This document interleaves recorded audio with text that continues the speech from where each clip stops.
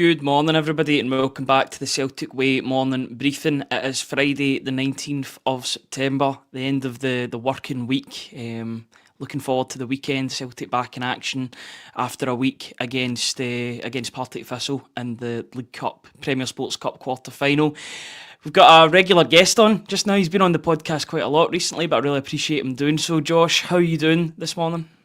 Yeah, doing very well, Ryan. Looking forward to the weekend. Obviously, Celtic back in action. I wasn't pleased to hear, though, that after this Sunday, it's only 2 weeks until there's another international break. So, not particularly impressed by that. But no, it's good to have Celtic back in action this weekend again. Yeah, I'm not the biggest fan of international breaks anyway, but the fact that there's so many of them in September, October, and November, it's quite a cluttered. Quite a cluttered schedule for Celtic in and out, but hopefully they can get used to that and get everybody back fit. Once they're there on international break, they can play well and then come back in one piece ahead of the rest of the season. Before we get started and talk about today's talking points, I'd like to say a big shout out to our sponsors, our new sponsors for the Celtic Way. It's Simply Furniture. They're located in Hillington, Glasgow. Simply Furniture is an independent brand dedicated to bringing luxury and contemporary style into homes across the UK. With over a decade of experience in furniture retail, we meticulously source only the finest pieces, curated for quality, comfort and timeless design. From elegant sofas to statement dining sets, our handpicked collections offer exceptional value without compromising on style. Their dedicated team ensures your furniture is delivered with care right to your doorstep. Want to see the beauty up close? Visit our stunning showroom and mention the Celtic Way for a special in-store discount, and all of those links are in the description to this YouTube video. Now, Josh, yesterday, I was actually thinking about this before I came on the podcast this morning. It's quite weird. Would Stan Petrov have been just before your time in terms of watching Celtic, or do you remember anything about him whatsoever? I don't want to just gas you immediately, but was he before your time when it comes to watching Celtic? Yeah, I think he was a good 4 or 5 years, maybe even 6 years before I first started watching Celtic. Obviously know all about him. You see highlights of old games, really good player, but I'd never actually watched Stan Petrov live in a Celtic jersey. You've made me feel ancient on a Friday morning. Thank you very much, Josh, for that. Anyway, I was speaking to Stan Petrov yesterday. He was previewing the Gold Cup in Ayr at the Ayr Racecourse yesterday, and he spoke about a whole host of talking points. Spoke about Brendan Rodgers, spoke about the protests, but I thought the most interesting comments came from his opinion on Celtic's fringe midfield duo. Well, fringe is maybe a little bit harsh to say to Arne Engels because he's playing a lot of games from the bench, but in the case of Paulo Bernardo, it's very true. He's only made 2 appearances so far this season. But he was talking about those two and what they need to do to get back into the Celtic squad now. As we all know, it's Callum McGregor, Rio Hatate and Benjamin Nygren. That seems to be the default pick for Brendan Rodgers in his midfield three. You get Luke McCowan that can come into the side, potentially coming into the side at the weekend. But Petrov was talking about it being a former midfielder himself, 311 appearances for Celtic over a 7-year period. He knows what it takes to play in Celtic's midfield. He said that it's a good problem for Celtic to have. This is a problem in a big team, said Petrov regarding Bernardo. You have to wait for your turn and your moment. Sometimes you have to wait a few games, sometimes a month or even a few months. However, you have to be ready when given the opportunity. It is down to the player if you want to compete and if you want to be part of a successful team. You've got to take that chance. So he was specifically talking about Paulo Bernardo there, Josh. He's a player that I think a lot of people, and you see it in the comments section of various videos and online, people want to see more of Paulo Bernardo, but he's only had 2 appearances so far this season. He seems like he's very much out of the picture as things stand. Is he a player that you want to see more? Yeah, because definitely he's a very talented young player. You know, every time I think he's taken to the field for Celtic, he doesn't really put a foot wrong. You know, he brings something different to the midfield, particularly in his initial loan spell towards the back end of that season. He was really impactful coming off the bench in games, and he's just not managed to get the opportunity. This season, I think Celtic are in a privileged position where they have 6 midfielders who could probably, you'd be happy with starting most games. 3 of them, you've got McCowan, Engels, Bernardo, and that's your backup trio at the minute, which isn't a bad backup trio to have. Paulo Bernardo, yeah, he's got a lot of pedigree. You know, when he first came in, Brendan Rodgers trusted him enough to start him in the majority of the Champions League games. Did okay last season, had an injury. And yeah, it's just been a struggle for him this season. I think the fact that Celtic have only had 2 midweek games so far has probably not benefited guys like Bernardo and Engels in terms of getting minutes, because it's been week to week and the team doesn't change a lot. Whereas now we're going into this period where I think there's 5 games in the space of 14 days.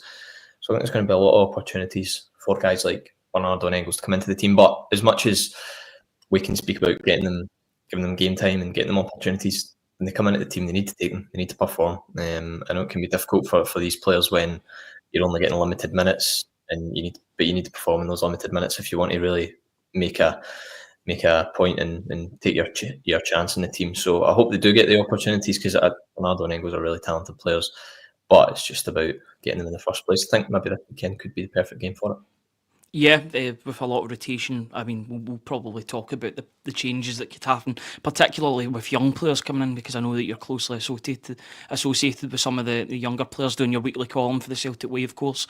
So you'll have a good idea of what players are maybe in the spotlight, or who are ready to come into the first team. Maybe they've already played this season, but who could take that step against Partick Thistle and ply their trade against Mark Wilson's side. Just on Bernardo, and this is a quick question and one that I have posed maybe to you before, but potentially Tony as well. Do you think that the under-21 European Championships have hindered Paulo Bernardo, just due to the fact that he had a delayed pre-season? He was plying his trade for Portugal. He was one of the more important players in the Portugal squad. He's got so many caps for that specific age group.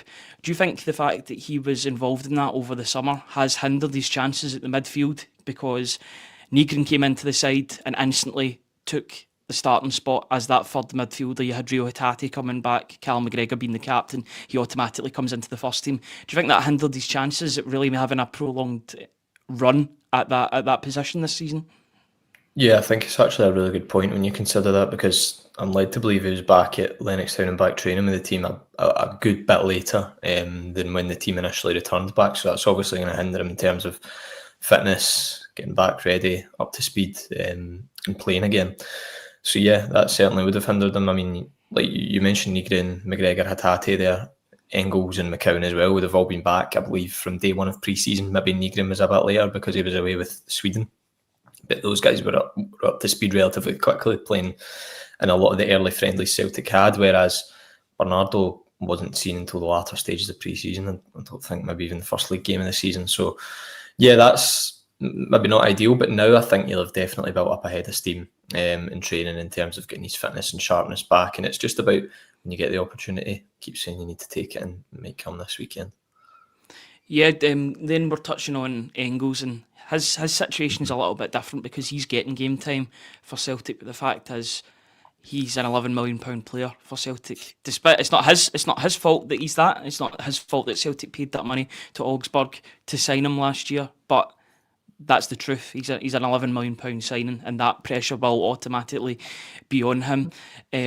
Stan Petrov in the past, I believe it was Tony that interviewed him a few months ago, and he came out and said that he was a self-confessed fan of Arne Engels and what he brings to the Celtic midfield when he does play, when he does start, or when he comes on as a sub. So he was talking about Arne Engels, and he said there's a lot of criticism about him. I like him, though I believe he's trying too hard. He's too relaxed and he has to believe in what he can do. When he came to Celtic, it seemed like he was eager to show everyone what he could do. He was scoring important goals, important penalties, and you could see that his confidence was growing. At this moment, he's finding himself in a very difficult position. In football, however, everything changes in a second. You have to believe it and you have to be ready. When you have that opportunity, you have to take it.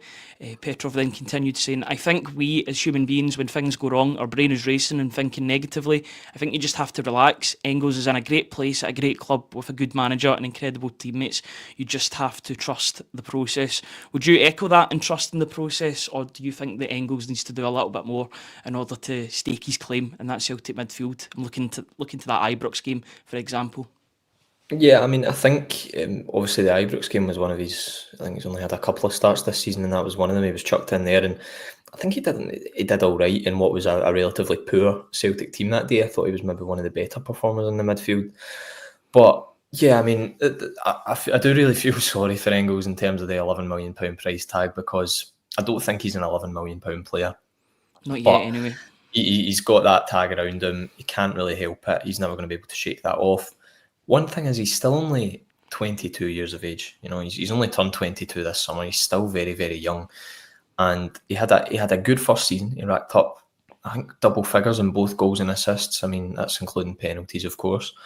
This season it's been difficult for him because Benjamin Negrin's come in and immediately started in that number 10 role, and Brendan Rodgers seems to really favour him and like him. So for Engels, the opportunities have been limited, but he seems to be the kind of first choice midfielder who's always coming off the bench. And when you're playing and you have that role, you do really need to take games by the scruff of the neck and look to make an impact. Has he done that this season when he's come off the bench, or maybe even started at Ibrox? No. But for a game like this weekend, for example, against Partick Thistle, it's a really good opportunity to come in and put in a really good performance and stand out, and then you build yourself going forward. Because I think, although Benjamin Negrin's made a decent start to life at Celtic, past couple of games he's maybe not been there. So it's maybe a chance for Engels this weekend to come in and stake his claim, because we all know the talent he has. You know, when Engels is at his best and when he's playing well, he can be a real weapon for Celtic in terms of his set piece deliveries, in terms of his power in the middle of the park. He's physical, he can play a good pass, but it's just about unlocking that consistency in his game. It really does need to happen at some point this season, I feel, though, because you can't go into your third season at Celtic after, I know the price tag's not chosen by him, after such a significant outlay, and still be in that development phase.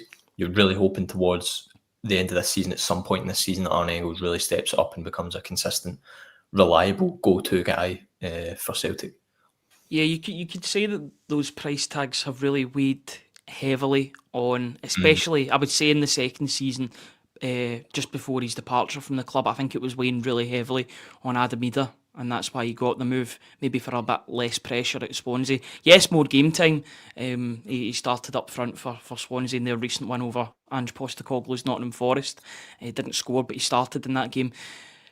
But I think that £9 million, £9.5 million price tag weighed heavily on him, and I think it's weighing heavily on Arne Engels. I think it's a little bit different for Austin Trusty, because Celtic paid 5.5 million, and the difference between that and 9 million and 11 million, I think there is quite a gap between the two. I know that's obvious because of the amount of money that Celtic spent in that area, but I think that he managed to deal with most of what came his way well. Unfortunately, he's had that injury that's kept him out and starved him of game time this season so far, but I think he's dealt with the price tag, or the lesser price tag, better, and that's maybe an example.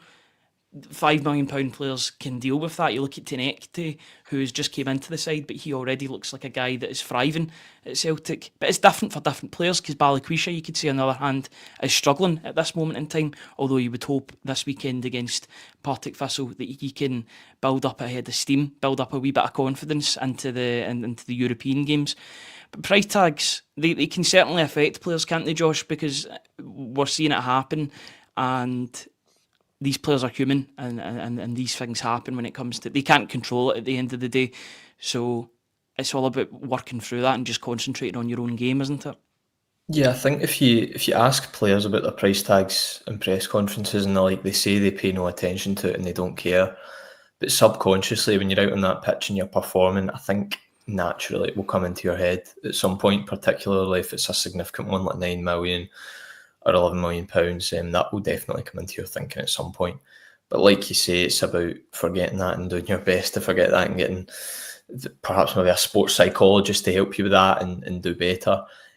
But I mean, yeah, in terms of the price tags, obviously Ida, it was difficult for him because he just wasn't really great. I mean, look at Odsonne Edouard, for example. Celtic paid £9 million for him, and he was really good. He took that responsibility on his shoulders, and it was the club's record signing at the time, and he was their best player. But I mean, for guys like Ida, Trusty and Engels, it's been slightly difficult, but it's just one of these things in football. It's a modern game, you know, and that's one of the things you have to deal with nowadays. And it's a big price tag up here, but say, for example, these prices were paid down south, that's pennies to the English teams, or even the French and German teams, to be fair. So it's all about working with that pressure and honing that pressure and really using it as a positive, you know, to impact your game rather than letting it weigh on your shoulders and be a negative. And I think it has been a negative for some players, though. You hope that they can shake that off and really put in a good season because I think it's important, especially as you were mentioning, that Engels does have a good season. Looking ahead to that game against Partick Thistle on Sunday, I know that you and John spoke about potential changes that could be made to the team ahead of Sunday's game. I know you do every week, you do your weekly column talking about the youth players and the loan players as well. In your opinion, what players do you think have the best chance of staking a claim for the team this Sunday?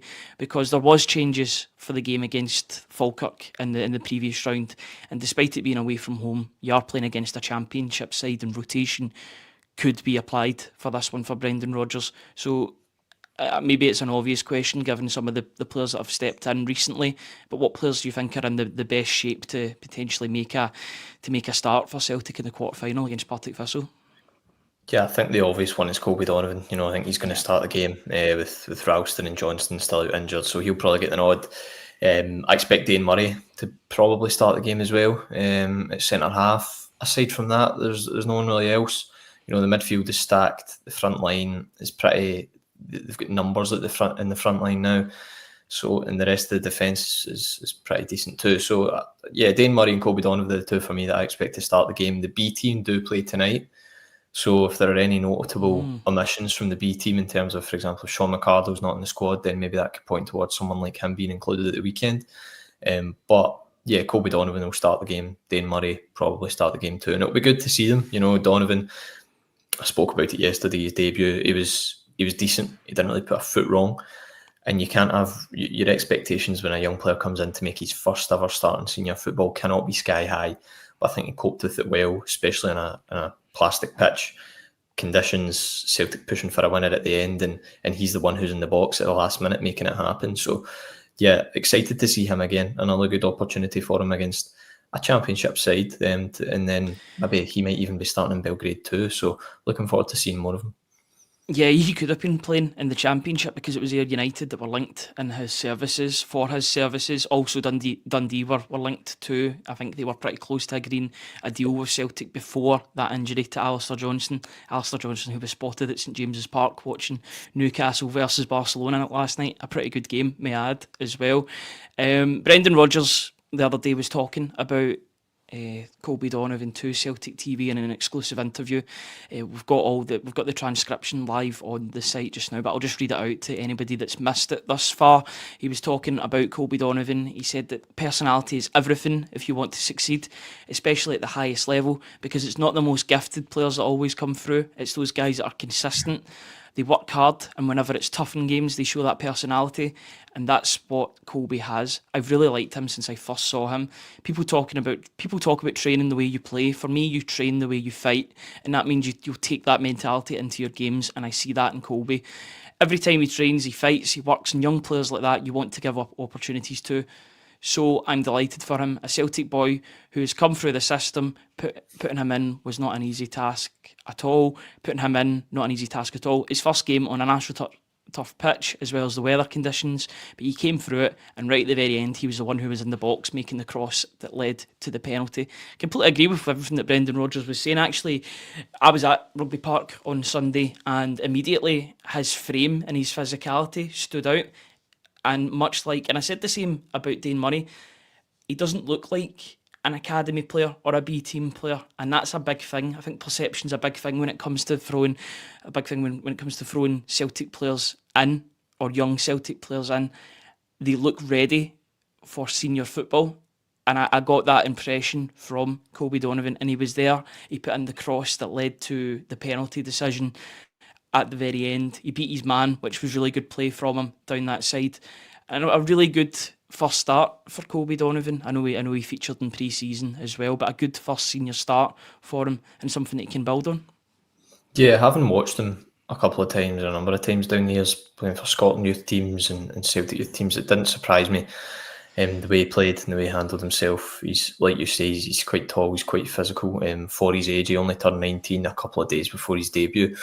Still very young, but he's doing well, and it's pleasing to see an academy player come through the ranks at the minute. It's been a long while since we've had one really look to stake their claim for a place in the team and get a run of starts.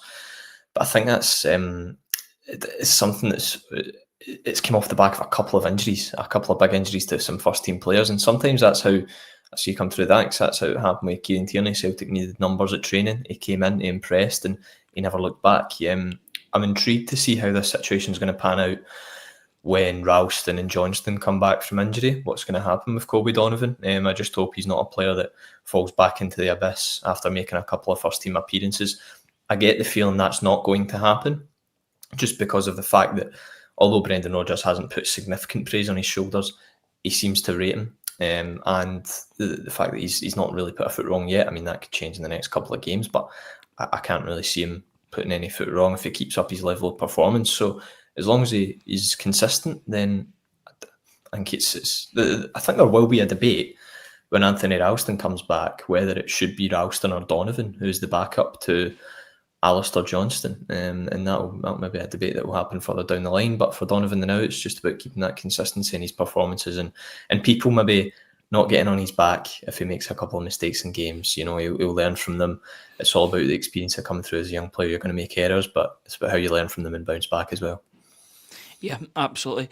Just playing devil's advocate slightly, do you think that he's still put himself in the shop window for a loan move in January? I know that Tony Ralston and Alistair Johnson are both injured just now. He's getting a run of games.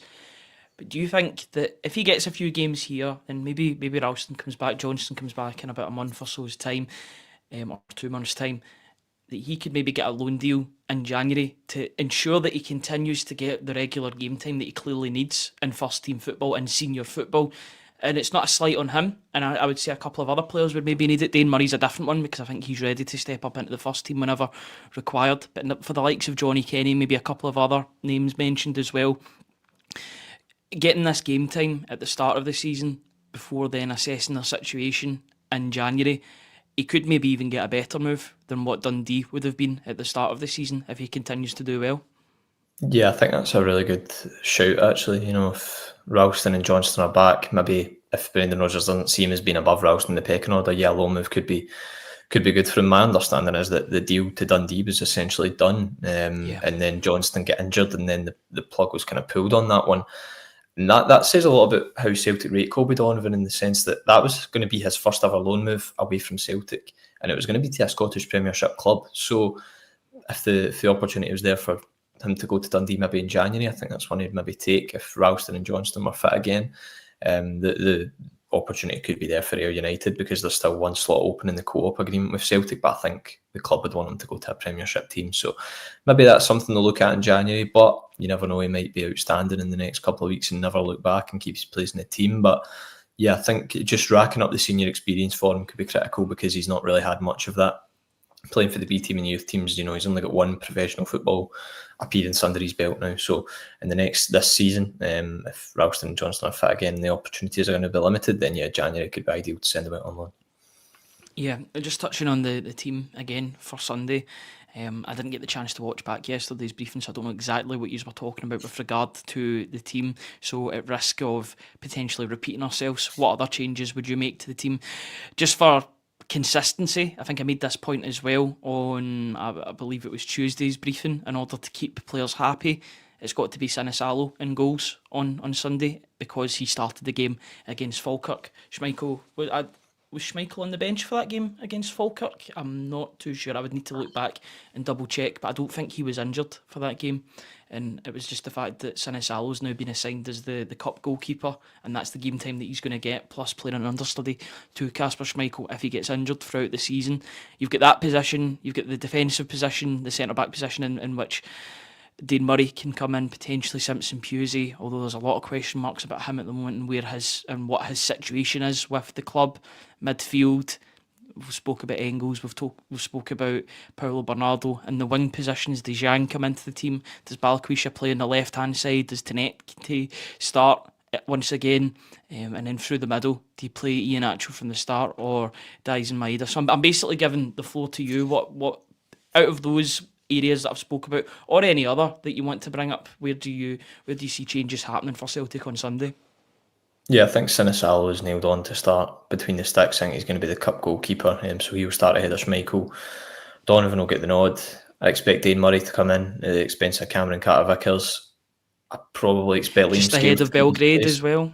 Yeah, exactly. But I do expect Scales to keep his place in the team at left centre half.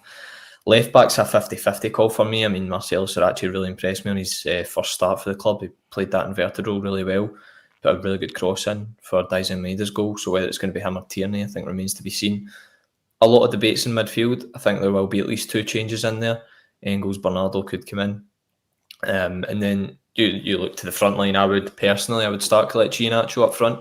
In his post-match comments at the weekend, he really stated that he is fit and he feels fit at the minute. So I would start him.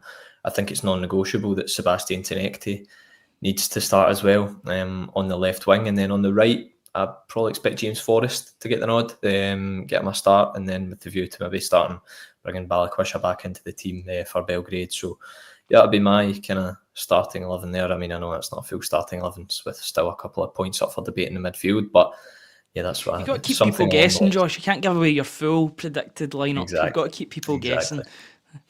That's it. On you go. Yeah, so it's been a week now since that explosive box office press conference from Brendan Rodgers. I think he'd been holding a lot in the 2 weeks prior, or just about a week and a half. He had that international break to sort of gather his thoughts, and then he came out all guns blazing. And I think really won back a lot of the support with the way that he spoke about certain things and calling out certain aspects of the football club. Yes, there was protests, but a lot of those protests weren't aimed at Brendan Rodgers. In fact, he gets such a warm reception at the weekend at Rugby Park from the supporters. What are you expecting from the manager's press conference today? Are you expecting a little less fireworks than what was the case last week? Maybe a more run-of-the-mill show in front of the media, or what do you expect when he takes to the Lennoxtown table this afternoon? Yeah, listen, I don't expect it to be half an hour long. I believe the press conference last week was about 30 minutes, so I don't expect that to be the case. 31 minutes to be exact, yeah. I don't expect that to be the case. Was shocked when that came out on YouTube. Yeah, it's not going to be the case this time around. I don't expect there to be as many headlines. Like you say, a more kind of run-of-the-mill press conference. There's not really much happened with Celtic since the Kilmarnock game. You'll get a couple of injury updates, maybe the old line where he makes a wee joke in the press conference. But aside from that, not much. I think he's played a masterclass in the media over the past week or so, hasn't he? Brendan Rodgers, he's did really well. I mean, when you consider that, I mean, the Kairat Almaty games, I think both of us would sit here and agree that Celtic had enough firepower in that squad to beat Kairat Almaty over 2 games, and some of the blame for that goes on the manager. And you look at the game at Ibrox as well, Celtic drew 0-0. It was a really hapless performance. I think everyone would agree once again that Celtic had enough to beat Rangers that day. Yet again, some blame for that lies on the manager. So that's 2 crucial games at the start of the season that you could put some blame on Brendan Rodgers for. But everyone is behind him at the minute, and it's because he's played a masterclass in the media in terms of separating himself from what's going on at the top of the club. So he's handled himself really well, and it'll be another intriguing press conference today. I think most of these press conferences are intriguing because, and for different managers, you can say different things. Ange Postecoglou was always entertaining because you never knew what he was going to say next. There was always 1 or 2 one-liners in the press conference that you knew. Even I remember going to some of them as part of another podcast, and you knew an audio clip or a snippet was going to go viral on social media because of the way that he's answered somebody or the way that he's responded to a question or a narrative in general. With Brendan Rodgers, I do think on the whole they are better press conferences because he's more open with the media. That's me putting my journalist head on, but he is more open when it comes to the journalists. I do expect a quieter press conference today. Though I hope that some questions are asked in terms of different players and me and staking a claim at the weekend. I've got to say, I know you guys spoke about it yesterday, but the Simpson Pusey scenario or situation is very, very odd at the moment. You hear, I think it opens itself up to potential rumours going about certain players if they're not playing, because that seems to happen. If a player doesn't get game time, then rumours start coming out about certain things happening here and there. It would be nice to hear about Brendan Rodgers, not putting the issue to bed, but clarifying the situation as to why Simpson Pusey isn't getting game time. Now I know that Liam Scales and Cameron Carter-Vickers have been fully fit and they've started the season. They've started the season really well. They've only conceded 1 goal in the league. Two in all competitions, if you don't count the penalties, obviously. But Simpson Pusey's not had a look in this season, so it'd be nice for the manager to clarify what is going on with the Manchester City defender, because I'm sure that Pep Guardiola, if he knew that Jemai Simpson Pusey was going to sit on the bench, then he'd rather sit on the bench for Manchester City than sit on the bench at Celtic at this moment in time. Yeah, exactly. It's a very, very weird situation, and that's why you need the manager to come out and kind of clarify it, because the rumours, like you say, behind the scenes, I'm sure everyone's probably heard stuff that builds up over a period of time. It's probably not benefited Jemai Simpson Pusey that Dane Murray has emerged really as a backup option to Cameron Carter-Vickers over this season. That might have been his spot in the team. Obviously, I don't want to go into too much detail because me and John touched on it yesterday. I spoke at length with Simpson Pusey yesterday, but a very strange scenario. I would if this situation with him doesn't improve over the coming months, I wouldn't be surprised if Manchester City recalled him in January, to be honest. Yeah, and he's a young player, 18, 19 years old. I think he's 19. He needs game time, and that was the primary objective for the Manchester City hierarchy and their coaches and their staff, to send Simpson Pusey to Celtic for more game time, because he played in the Champions League for Man City last season. He played in a couple of other matches as well, a couple of Premier League games, an EFL Cup game as well against Tottenham. So he's had game time for Manchester City, and the fact that he isn't then getting game time for Celtic in a position that, you know, it is stable at the moment, but I think there's ways in which Celtic could improve it. So the fact that he isn't getting game time, and it's maybe even Dane Murray that's getting a look in more than him, is a potential question mark. And a potential question for Brendan Rodgers to answer, and it's only him. It's only he that can answer that question, because he's with him every day. I was watching the Lennox Town Unfiltered, and he was training with the squad. That's always quite an insightful watch, the Lennox Town Unfiltered and Celtic TV, because you get to see the players train and the camaraderie between the players. Also noticed that Don Cowie was at Lennox Town following his dismissal as Ross County boss. Brendan Rodgers opening the door once again to a manager that's recently lost his job. I always quite like to see that from the manager. He's done that with quite a few. Did it with Mark Albrighton, I know, a former player, but he's looking to make his first steps into management. So it's clear that he's quite a popular manager amongst his peers, and that's pretty good to see as well. But I don't know if you caught the Lennox Town Unfiltered, but there was some great clips of already this blossoming relationship between Rodgers and Tenecti. There seems to be a little bit of a bromance between the two, and I love to see it. I didn't actually manage to watch it, but it doesn't surprise me, to be honest. I mean, Don Cowie being there as well. I think Brendan Rodgers has spoke about it before. He was just the first ever signing he made in professional football when Rodgers was in charge of a club down south. Might have been Watford, I think it was. Don Cowie was Watford the first. Or Reading. Yeah, one of the two. Don Cowie was the first ever player he signed, so to have him at Lennox Town was no real surprise. I've not managed to catch it this week, but you know what, that might be my viewing later on this afternoon. I hadn't watched it before, but I'm going to make an effort to watch it from now on, because I think it gives you a terrific insight into what's happening behind the scenes. Of course, it's all controlled, and the club show you what they want to show you when it comes to training. But it's really good to see them all in action. Good to see Ian Atchell getting in amongst his new teammates. Rio Hatate running the show in training. It looked like he looked absolutely electric in the middle, pigging passes to his strikers. You know, some things never change, I guess, with Hatate, but he does need to improve in the upcoming games, particularly in Europe. Josh, it's been an absolute pleasure having you on this morning. A big apology to those in the comments that have sent in questions. I think that the conversation's just flown so much that we've just spoke amongst the two of us, so we'll try and bring in more comments, especially over the weekend and into next week. So get your comments in for them. We'll try and answer as many as you can. Josh, thank you very much for joining me this morning, as always. Is there anything else you want to speak about before we head off? No, not particularly. Just looking forward to the game this Sunday. You know, Firhill, the manager, spoke about it in his Celtic TV interview. It's an away day he's missed. I think it's an away day a lot of people have missed, going out to the West End. So yeah, it should be a good occasion.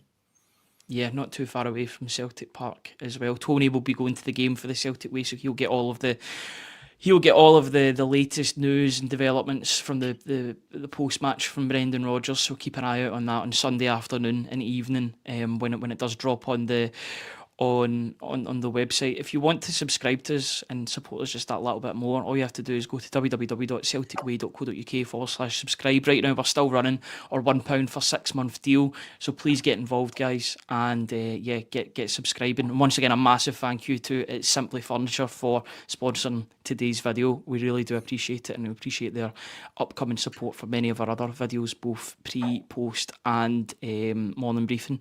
Thank you very much, Josh. Thank you everybody for joining us this morning, and we will see you all on Sunday afternoon when we preview Celtic's quarter-final clash against Partick Thistle. Thank you very much, guys, and have a very good day.